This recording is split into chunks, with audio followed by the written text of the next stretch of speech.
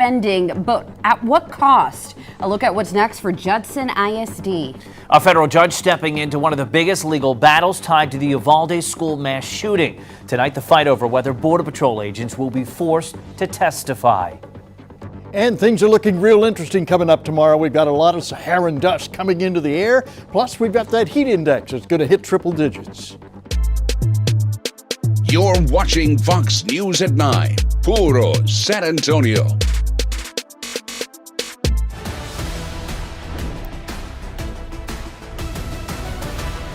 Thanks for staying up late with us tonight. I'm Ryan Wolf. And I'm Ashley Paredes. Team USA finishing up the group stage of the World Cup, where it all started in LA. The team went up against Turkey. It was a close one, but Turkey clutched it at the last second to take home the big win. Let's bring in Chuck McIntyre now with more on tonight's big game. Chuck?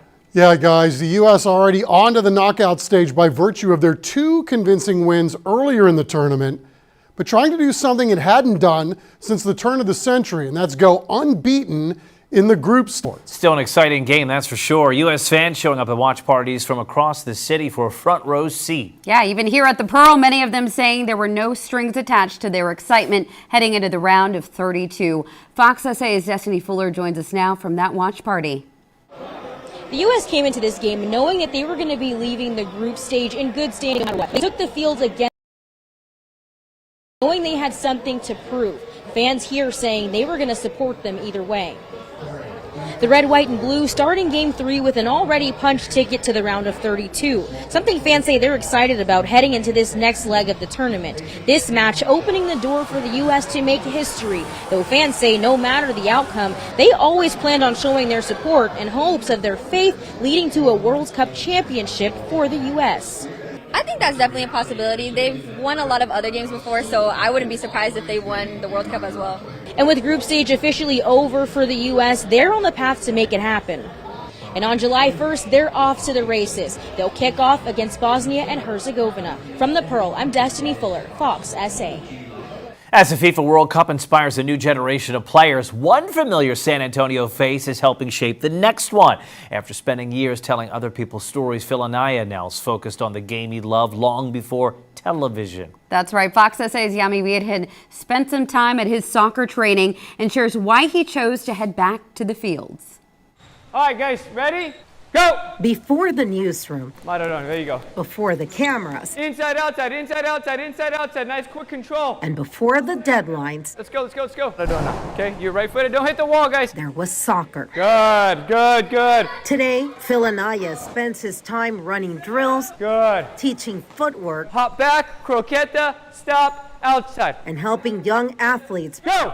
Become more comfortable dribbling the ball. Yep, good. Well, I love journalism. I always had a passion for soccer, played Division I in college, played at a high level, and it's always been a passion of mine. Anaya grew up in New Mexico and played Division I soccer at Valparaiso before returning home to finish his college soccer career at New Mexico. We're gonna do that pattern, same thing, control the ball. Then came journalism. But after decades in the business, he left journalism to his wife, who's a local anchor, and found himself back where it all started, on a soccer field and spending more time with their 3 young sons. When I decided to get out of journalism, I decided to get back into soccer, my passion, but do things differently to really help develop players. And that's really fulfilling for me, to see these players grow each and every week. Keep it nice and close. His philosophy is simple. I want to see you create that separation, okay? Focus on technique before physical traits. Nice shuffle on that croqueta. Anaya believes youth soccer in the U.S. just all about games and win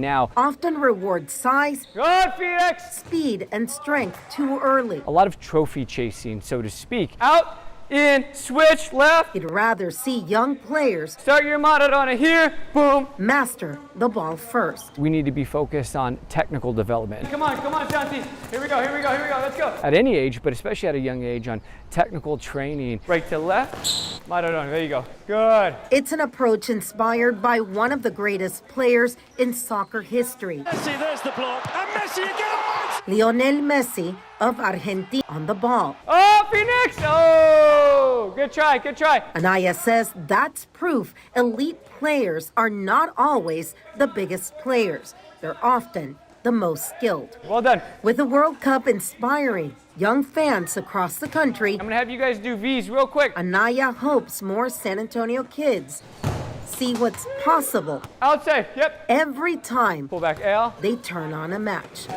I think more than anything, it's just so much exposure on the game, and more kids are going to fall in love with it. Because you already have your hardcore people like me. Oh my God, this is the World Cup. We're watching every single game. But you have a ton of casual fans now getting into it and falling in love with it. And their kids are watching. They have it on in the living room. And they're like, hey, I want to play soccer. I want to do that. Go, go, go, go. These days, Inside, outside. success is not measured by ratings, Good job, boys. engagement, Let's go. Bigger V's, nice and crisp. or deadlines. Got it? You're good? It's measured by confidence, by improvement, I'm looking for what? We're trying to create what? Separation. and by watching a young player accomplish something Keep it close, guys. Small, quick touches, small, quick touches, small, quick touches. they could not do a few months earlier. I start with a kid, and then a year later, oh my God, they have just done a 180, and their confidence is really showing, and that's really what, gives me pride in what I do now. Good, that's a goal. Switch out again. Yami Virgen, Fox SA. Homeland Security Secretary Mark Wayne Mullen providing a FIFA security update while answering questions during the House Appropriations Committee on Capitol Hill. He says the World Cup has created an unprecedented security challenge. Overseeing the massive operation is an array of federal agencies, state and local police departments, as well as private entities, all of which are securing stadiums and fan zones, protecting dignitaries and escorting teams. DHS has done a phenomenal job, and keep in mind, we're shut down through the majority of this. This hopefully can show that DHS, with CBP, with ICE, with TSA, with the FBI, we can work together and have a good working relationship. The tournament has the same high-level federal security designation as the Super Bowl and is just a step below a presidential inauguration or national political convention. The World Cup has world-class technology this year. Lenovo is giving teams and their fans insights into the game using views unlike anything we've ever seen before. Yeah, tonight we're the only media with special access to how it all works. Walt Mesaborski has the behind-the-scenes look from a Dallas stadium. The 2026 World Cup is becoming a showcase for some of the most advanced technology ever used in sports. There's 48 teams. There's over 1,200 athletes playing, and the amount of data that's being produced is just unequaled from a sporting event perspective. Lenovo, FIFA's official technology partner, is helping power everything from broadcasts to officiating. One of the most visual examples, these digital player avatars. The avatars were originally created for the use of FIFA to help the referees make decisions from offsides to penalties, just in an assist motion. But what we've seen is the fans have gravitated towards the avatars. Before the tournament, players are scanned in 3 dimensions. Those scans are used to create digital twins of each athlete, allowing officials and fans to see offside reviews with a level of detail never seen before. And then there's this view. For the first time, stable ref cams. Fans can see the game through the referee's eyes during all of the action. So we've used AI to stabilize the camera feed, and we've delivered what the fans are absolutely loving, this on-field experience where you're a part of the goals and the celebrations and the penalties as well. The challenge? Referees run a lot. Lenovo says its AI-powered stabilization system reduces camera shake by up to 50%, creating a smoother first-person view of the action. I really like the ref cam. I think it adds a different perspective to the game, it's a different view that the fan has never seen before. The ref cam is a good invention and a good addition to the game. So what we delivered was a seamless experience where you feel like you're on the field. However, it's not as overwhelming as it could be. Lenovo is also powering FIFA AI Pro. We wanted to democratize the data and democratize football. So giving the Cape Verde's the same amount of info and analysis that the big countries like England and the USA have access to is really something that's leveled the playing field this year. A couple years ago. Sports is great because sports pushes the envelope of performance, and that's what technology is about, is making sure that we can enable the best performance. Gives us a great use case. That use case can then scale to the masses once we perfect it. Collaborating with Lenovo is Qualcomm. I think if you see what's happening here at FIFA, it's exciting. Go to the Fan Fest. You'll see some of the Lenovo devices with Snapdragon. You can experience an avatar using the camera technology, using our processing technology. The fans get the benefit both on how they have experiences at home and experiences here at the FIFA World Cup. Artificial intelligence and computing power is changing the way sports are played, officiated, and watched. Soccer fans visiting from outside the U.S. to see World Cup matches have been enjoying every bit of it so far. Costco is a little bit overwhelming, and I think in a good way. It's just everything is a lot bigger in America. We've been like 3 times to Raising Cane's, 3 times to In-N-Out. Yeah, we've been devouring that food. After coming U.S., my stomach get bigger. With the U.S. being one of the host countries, experts predict each host city to see between $160 to $620 million in an economic boost. And if you're looking to place a wild bet for tomorrow's Egypt versus Iran World Cup game, take some advice perhaps from a guinea pig. The rodent named Tom from the Seattle Animal Shelter predicts Iran will win big against Egypt after selecting the salad bowl from Iran's side of the miniature pitch. So take it with a grain of salad there. Yeah. Fox SA has you covered for all things FIFA, whether it's on the field or off. Tune in all summer long to Fox SA for analysis and special game coverage before and after the matches. It was a really fun game to watch with USA. It was. I know they came up a little short. They were playing the B players, but it's going to be exciting to see what happens. Yes, looking forward to it. All right, Alex, what can we look forward to over the weekend? Well, I think more of the same. It's the bigger story there. Let's take a look at what we look like tonight. You know, earlier we were up in the 90s, pretty close to 100 down to the south. We've cooled off quite a bit. We're down in the 80s now. Still 87 out of Del Rio, 86 Eagle Pass, 79 here in San Antonio. But add that little moisture to it, the heat index still makes us feel like the mid-80s here and 90s still back down toward the south of us. Tomorrow we're still going to be in that same pattern again. You see clouds in the morning, sunshine in the afternoon, but there's a little extra something coming in the air. We'll tell you what that is. After months of difficult decisions, Judson ISD leaders say they finally have a plan to tackle a multi-million-dollar budget deficit. Tonight, what those cuts mean for the district moving forward. The legal battle surrounding the Robb Elementary shooting is entering a new phase when a federal judge will hear arguments over whether Border Patrol agents can testify in Pete Arredondo's criminal case. Months after natural gas explosions rocked a San Antonio neighborhood, recovery efforts are entering a new phase. Tonight, the homes coming down and when homeowners plan to rebuild.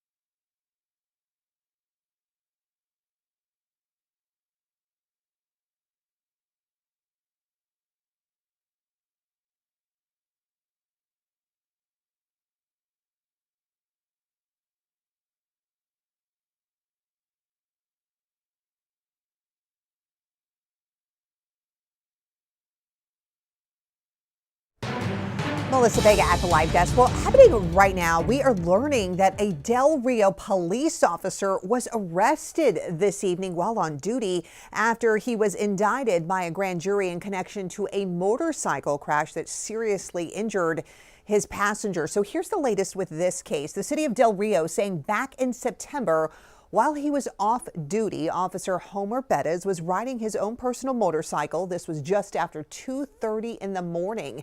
He had a woman passenger with him. It's alleged that he accelerated recklessly, causing the woman to fall off the bike and onto the roadway. Because of the severity of her injuries, she was later transferred to a hospital in San Antonio for extensive treatment.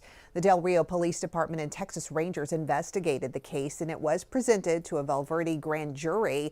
And Officer Bettis was indicted on the charge of aggravated assault causing serious bodily injury. He was booked into a correctional facility and is awaiting his first court appearance. That is the latest from the live desk. Well, Judson ISD tonight approving a plan to address a nearly $35 million budget deficit, and it includes significant cuts for the upcoming school year. Trustees unanimously voting tonight on a new budget that greatly reduces their shortfall. Fox SA's Karina Hollingsworth joining us from Judson's headquarters with this crisis in the classroom report. Ryan, Ashley, the Judson ISD board members say it's been a long, painstaking process trying to balance their nearly $35 million budget shortfall. But the budget that they just approved drops that down to just over $6 million.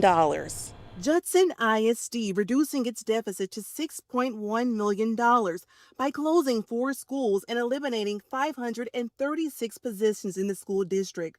The district's recently resigned interim superintendent saying school personnel accounted for 91% of the district's budget shortfall. Our goal was to get to 84%.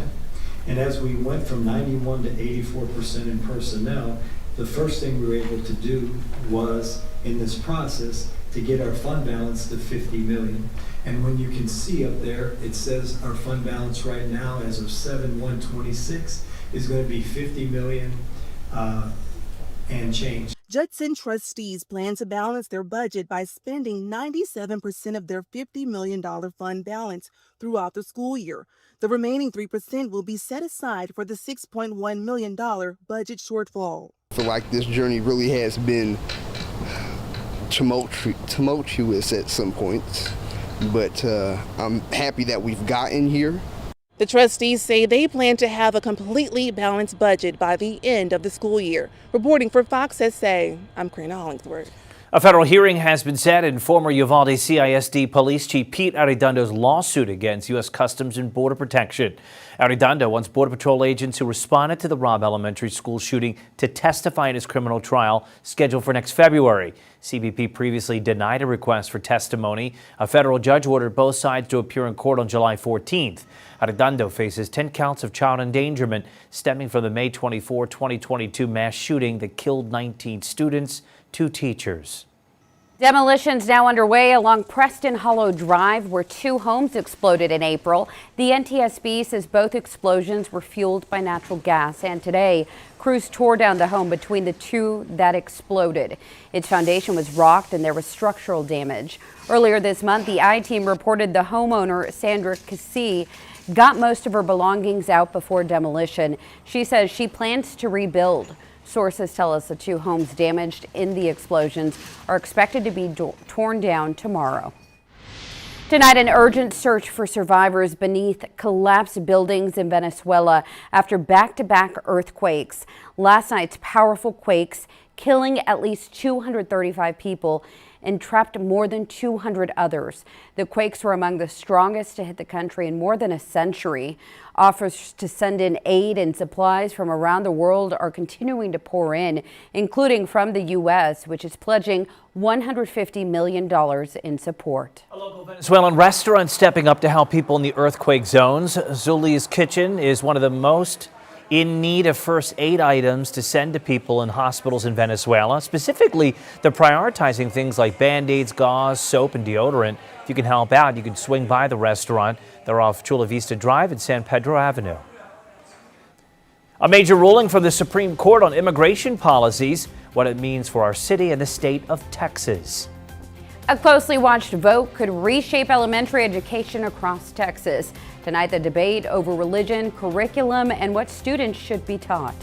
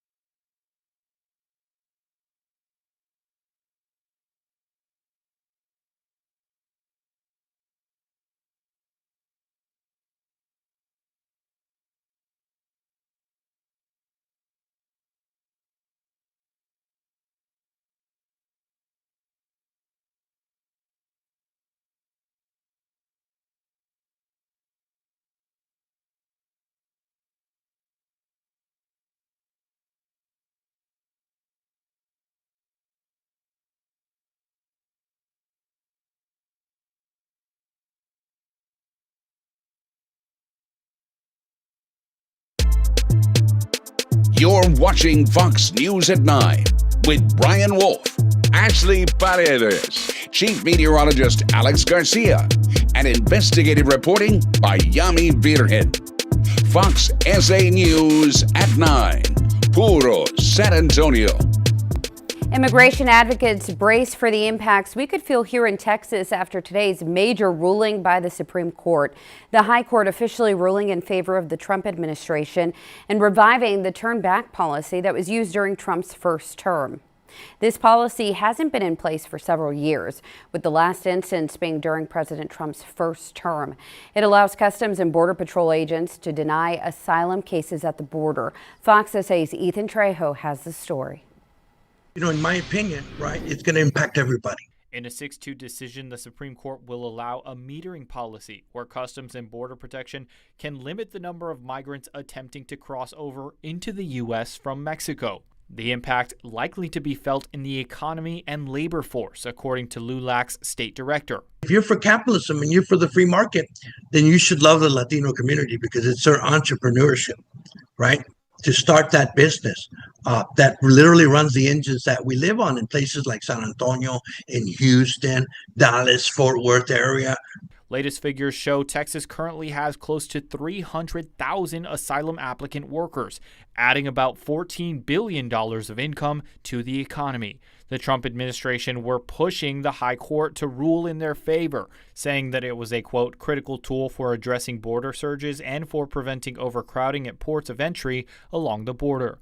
President Trump's former campaign advisor saying today's decision was a big win for the administration's agenda. As far as asylum goes, the same kind of thing, that people were applying for asylum incorrectly and it was being abused as well. So as Paula points out, 2 big wins for this administration on this. They'll be emboldened to do other things. Maybe this gets the administration back on the right track on some of the things the president ran on. Well, we've still been watching that pattern. You get up in the morning, there's clouds, and then there's heat and a triple-digit heat index. But extra stuff is coming in the air, and it's not mold. We'll talk about it in 15 seconds, just after a message from our sponsors. At Wrangler AC, every service call is supervised in real time using advanced link-up technology. You see exactly what we see. Total transparency, only with Wrangler AC. Wrangler AC. Wrangler AC. And now, first warning weather with Chief Meteorologist Alex Garcia. Well, we're getting closer to getting into the weekend, and you know, we've been watching this little stuff coming out of the Caribbean, and it usually happens this time of the year. We got Saharan dust. They're really starting to drop in. Now, we're just getting the first little batch of it now. We've got the second big batch that's coming in. That's coming in next week. That's going to be an even bigger hit than this one. Then we've got the heat index we've been dealing with, and boy, all that high pressure and the lack of rain and lower level moisture has really been pushing it back up into the triple digits. And that long dry spell, looks like it's going to hang with us a little bit longer into the 7-day period. We're just not looking at much rain even beyond that point. Tonight on the Raul B. Rodriguez Law Weather Cam, it is a steamy night in the city. We've been watching all those temperatures as they've been climbing throughout the day. Mid-90s for the most part, 70s early in the morning. And look at the trend now. This is going all the way to July the 11th. And notice we're starting to creep up here. There's 99, there's 98. And then we've got a series of 100 days trying to sneak into the picture, and there's no rain showing up through that long-term period, so things are pretty dry at that point. The big setup, high pressure sitting out into the Gulf, punching a lot of moisture in, but no real triggering mechanism to start off the rain. We just have all of this water in the air. It's about 1.5 inches or maybe a little more, and that makes for some rather steamy days with the heat index values pushing up to triple digits, and they'll hit there tomorrow right about 3 o'clock. 5 o'clock will be at 101, 7 o'clock we're at 101, and then, yeah, here it comes. It's the dust in the air. We're going to be watching it build coming up over the weekend. A good push here coming up Friday, that's tomorrow. A little push on Saturday, and then it backs off. But next week is when we're really looking for the big push of that dust. 70s early in the morning, we'll be in the 80s by midday, 90s later in the afternoon. 7-day keeps us in the same pattern. Mid-90s in the afternoon and mid-70s early in the morning. Well, Bible stories could soon become required reading in Texas public schools. Supporters call it history and literature, while critics argue it crosses the line. President Trump is speeding up construction of the southern border wall. When he wants the wall to be completed by next.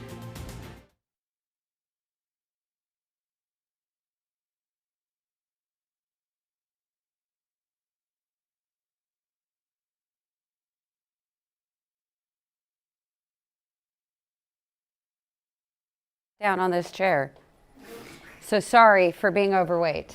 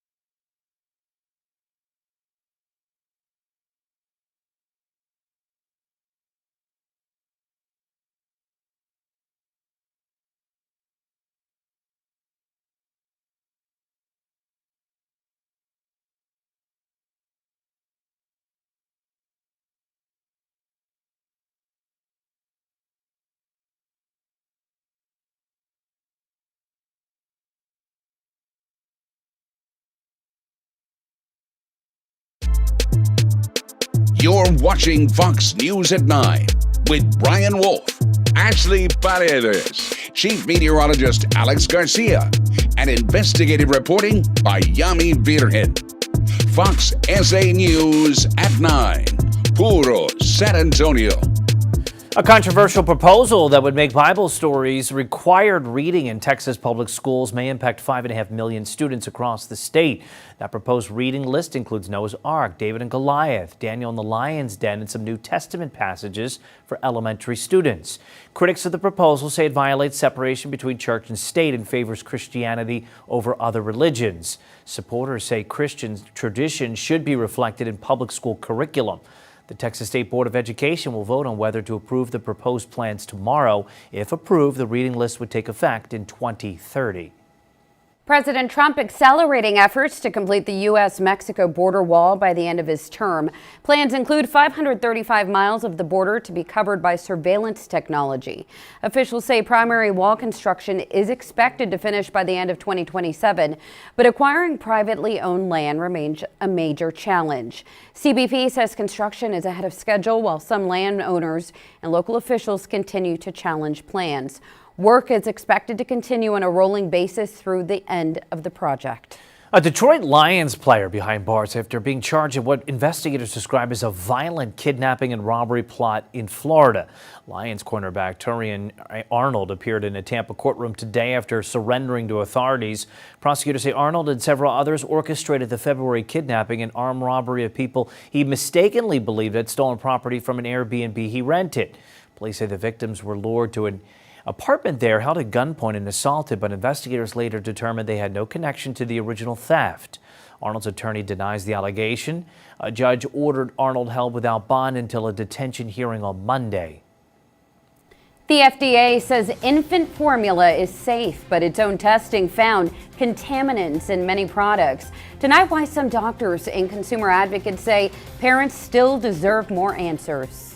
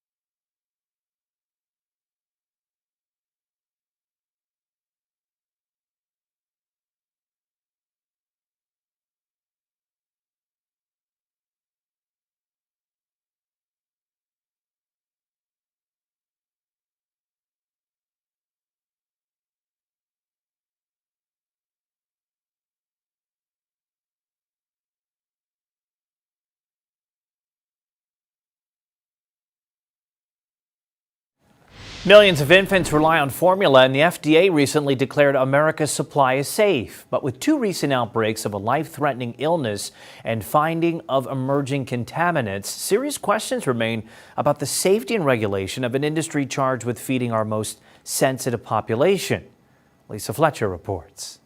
The FDA called it the largest and most comprehensive examination of contaminants in infant formula ever conducted. Its conclusion, quote, infant formula is safe. What does safe mean? Because these days it seems like safe has many nuances. What one organization deems as safe, a pediatrician might not. Dr. Anna Maria Temple is a pediatrician who focuses on children's environmental exposures and says the FDA's simple assurance obscures a far more complicated picture. That's because the FDA's own testing found contaminants in many formulas. While heavy metals are still present, levels have dropped. But Temple says other dangerous contaminants like phthalates are still there. Dr. Temple, are phthalates dangerous? Yes, they're very concerning. They have an effect on the endocrine system, the neurological system, specifically the endocrine, which is hormones. Phthalates are chemicals commonly used in plastics and packaging and were found in nearly 50% of samples. DEHP, a specific phthalate known to cause premature births and even make cancer treatments less effective, was found in nearly 20% of formulas. One had more than 9 times the limit for drinking water.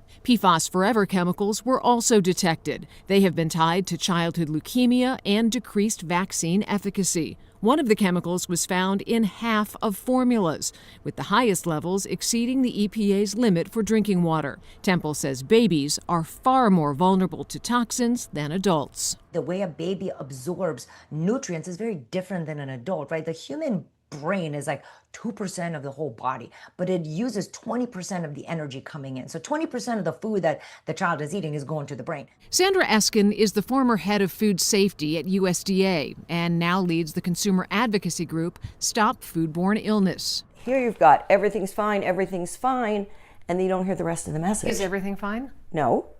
Could it be better? Yes. No question about it. And arguably, the most important information, the names of the 16 companies tested and how each brand performed, were not shared with consumers. They blinded all of the brands as associated with the test results to the public. As a consumer advocate, how are parents supposed to take this massive expenditure of taxpayer money to do this test and then not get any actionable information out of it? It's very, very frustrating. If the goal here is to give consumers the ability to take control of what they eat across the board, this information, who produced it, is important. While the FDA says infant formula is safe, it has also said some of its findings have, quote, initiated additional follow-up actions. We asked what those actions are. The FDA did not respond. We also filed Freedom of Information requests seeking the raw data and the unblinded results. The FDA did not provide them. For Spotlight on America, I'm Lisa Fletcher. Well, you know, lather, rinse, and repeat. That sort of sounds like our 7-day forecast with just the heat, humidity. I mean, it's just terrible. It's terrible and continues to keep us sweaty. It does, you know, and that means we're just repeating and repeating over and over again. All right, here's what it looks like right now. You got a few little clouds kind of hanging around back up toward the north of us. The good rain is well up toward the west and well to the north. High pressure building right up into this region, and that keeps us rain free. We do have a little stuff in the air. It's mold. It's come up since yesterday. Pigweed has also come up since yesterday as well. Taking a look at the long term, a lot of red days there. That means above the normal, and normal is 93, so we're sitting into the mid-90s. We're going into the upper 90s, and there could be a string of 100-degree days as we get into the middle portion of July. But notice there's no umbrellas there either, and that means, yeah, we're not looking at any opportunity of rain coming our way. Although there's still going to be plenty of moisture in the air because that high is still sitting out in the Gulf and is punching at good southeast wind, and that builds up the moisture in the air. But, you know, all that moisture without a triggering mechanism, well, it doesn't bring rain, but boy, does it send that heat index just shooting up there. We've got a good deal of water in the air. It gets up there to almost 1.5 inches. And boy, with that in the air, we're looking at triple-digit heat index values. We're looking 101 by 3 o'clock, 102 by 5, 102 by 7, and maybe even by the 8 o'clock hour, we're still right about 100 degrees. So it's going to be triple digits all afternoon and into the early evening. And then add to that Saharan dust. Yeah, builds up Sunday, Friday, Saturday, and Sunday, builds into the region. But this is just the little first punch. The big one is really coming next week. We could be looking maybe Wednesday or Thursday when that arrives. Early tomorrow, we'll start out in the 70s. By midday, we're already sitting into the 80s. Across the rest of the region, we could see some 90s. Out toward Victoria, down toward Alice. And then by the afternoon, we're looking 93 degrees. But down south, a little warmer. Could see near 100 out toward Cotulla, definitely 100 back out toward Del Rio, and the 7-day period says, yes, it is rinse and repeat right through that day. 90s for highs, 70s for lows. You can celebrate America's 250th anniversary with us at the official City of San Antonio HEB 4th of July celebration. It's a free, family-friendly event over at Woodlawn Lake Park starting at 10 a.m. It's followed by the Thomas J. Henry Law Fireworks Extravaganza at 9. Fox SA is a proud media partner for this event. Up next, it's time to meet the new guys. The Spurs introduced their latest crop of draft picks, and they're raving about the warm reception they've already received. That's coming up in Max Sports.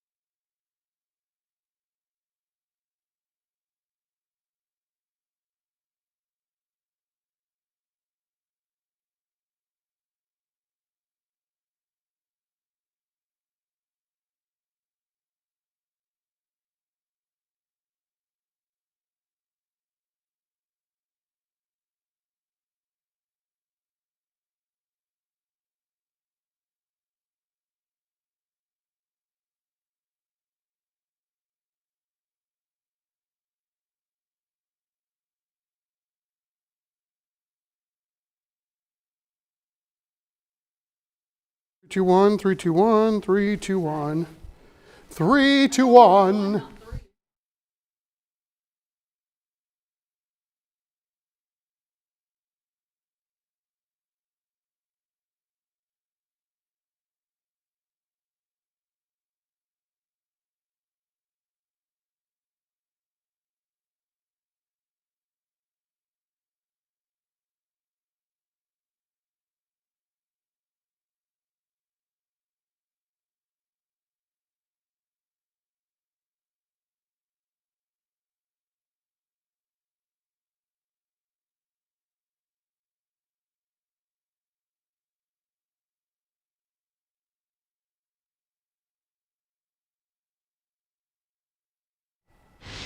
All right, Fort Worth Zoo showing a baby elephant right here appearing to enjoy a sprinkler and beating the heat. The zoo says the elephant named Sam Houston is still learning to use the more than 40,000 muscles in his trunk. Just as many as Ryan and Alex and Chuck have, right? Sam is just 2.5 months old, so he has a winning lead on all these guys back here. Wow. I could see us cooling off like that, right? Just go find a sprinkler and have fun. Go have some fun, right? Enjoy. Why not? All right, here's what's in the air. You got mold, it's up from yesterday. Pigweed's up from yesterday as well. Looks like we're going to be the low to mid-90s all afternoon, but the heat index will be in triple digits. We want our new Spurs fans to feel right at home, so they should be feeling good. Well, I mean, these guys must have gotten some kind of welcome because they were gushing about being here in San Antonio. Of course, it helps that you're playing on a really good team going forward as well. Up next, we'll meet the new guys for the Spurs. Yeah, all 4 draft picks in town today. Top pick Jaden Quaintance gives us an update on his knee. Got World Cup stuff galore. Could the U.S., though, get through this group stage unbeaten for the first time this century? Well, we'll tell you what, the red, white, and blue will fly again on Wednesday. Next.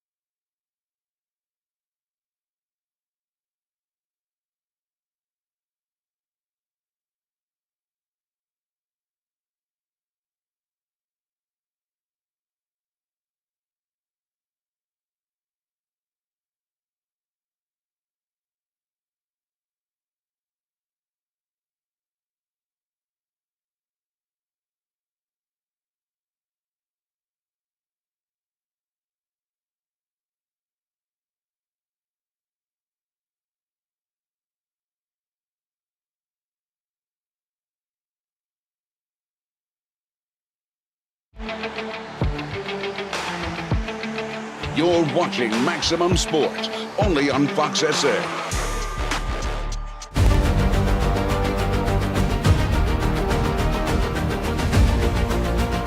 All right, so the United States had already clinched a spot in the knockout round, but trying to go 3-0 in this World Cup for the first time this century. Turkey, the last of the U.S. opponents in the group stage, did sit most of its big boys.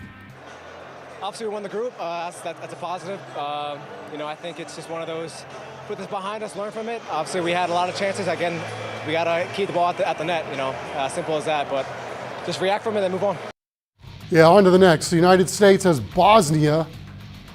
From here on out, it's win or go home. Now, Bosnia got into one of those wild card spots, third place in their group set score, 2-1 final in favor of Ecuador. All right, let's go through some scores for you real quick. The Ivory Coast beating up on Curacao today, 2-0. The Netherlands 3-1 over Tunisia, and Paraguay and Australia play to a 0-0 tie this evening. All right, here's what the slate looks like for tomorrow here on Fox SA. There are 6 total World Cup games taking place. We'll have 3 of them. Norway and France kick things off at 2 o'clock. And then it's Uruguay and Spain in prime time at 7, which will go right into New Zealand and Belgium at 10. Fox News at 9 and Max Sports will air sometime in the midnight hour. Now the new guys are here. The Spurs introduced all their recent draft picks at a press conference today. Jaden Quaintance, who they got at number 20, Terrace Reed Jr. at number 26 after making a trade, and the 2 second-rounders too, Jacoby Gillespie and Malik Brown. Now, Jaden Quaintance had a sleeve on his injured knee, says he's going to trust the staff in terms of best how to proceed. All the players, though, talked about the hospitality they've been getting walking around and just after walking through the front door. It's been great so far, just getting to interact with the community, even at the airport, seeing people, again, who go watch the draft, knowing that I'm going to be a part of their organization, seeing the love that they have for basketball here. It's been an honor. It's been a great experience so far. I've really enjoyed it. I'm excited to be here. I'm excited to be a part of the organization. I'm excited to see you guys. I mean, I've seen the watch parties during the finals, during the playoffs, so just having just such a strong support system is going to be huge, and I just love the friendly community and the closeness here. Well, it was meet the new guys for the Atlanta Hawks too, which included the 8th overall pick, Kingston Fleming's SA's very own. Kingston, humble as usual, talked about what he needs to do in order to get better as a teenager in a grown man's league. What I'm trying to get better at is definitely my physicality, gaining weight. I'm a good defender, but at the next level, I always believe I can stay in front of someone, but at the next level, they're stronger, they use their bodies, so continue to gain weight so I can be more physical, be a better defender, but learn under Dyson and Nikhil Alexander-Walker, that's two great people right there to learn from. So, and I think off the dribble shooting from three. I think catch and shoot, I'm really good at that, but off the dribble is definitely something I need to work on. I'm gonna continue to get better. Up next, the Rangers now chasing the Astros in the division, and we'll chat with a national champion from Bernie right after this. I'm Kobe Jones of the U.S. Soccer Team, and keep it here for Maximum Sports. This is the Thomas J. Henry Sports Desk.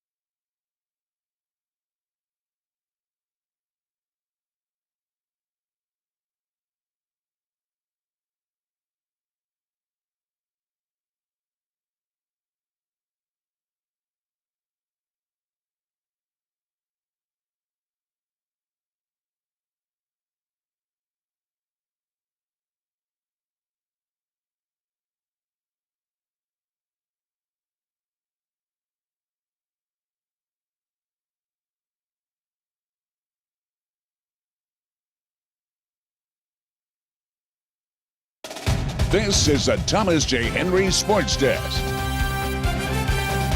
3 weeks ago, Oklahoma was down 7-3 in the 7th inning of a regional elimination game against Georgia Tech. Last night, the Sooners celebrated on home soil a national championship. The magic of baseball. What a great game, ain't it? Sooners also had a losing record in the SEC, so very few picking them to get on a run like they just did to win a natty up in Omaha, Nebraska. Bernie's Camden Johnson right there in the middle of it too. Dude hit .300 this season and was the Sooners' 2-hole hitter. Also played the hell out of third base for him. Zach got him via Zoom earlier this afternoon, and yeah, who knew what that one rally against Georgia Tech was going to give birth to, right? I think there was ultimately just a sense of this isn't how we're going to go out. I mean, obviously we had our little meeting or whatever you want to call it in the dugout, but I mean, you could just feel it in our dugout. Every one of our guys were tougher than that, and you could just kind of feel we weren't done yet. And whether we won or lost that game, we weren't going to go out without a fight, and we weren't going to go out that way, and we were going to do whatever it took to pass the baton to the next guy, and that's what we ended up doing. And we ended up scoring 13, so it worked out. Sure did, and Zach's going to have more with Camden Johnson on Sunday night. All right, y'all, let's go through some professional baseball scores from our state tonight. The Astros won. The Rangers chasing the Astros now in the division, and they won their game today too. The Mission's got plenty of runs tonight, but they gave up way too many, and they lose 12-7. Ladies and gentlemen, thank you for staying up late with us tonight. It's Friday. Enjoy it. We'll see you next time.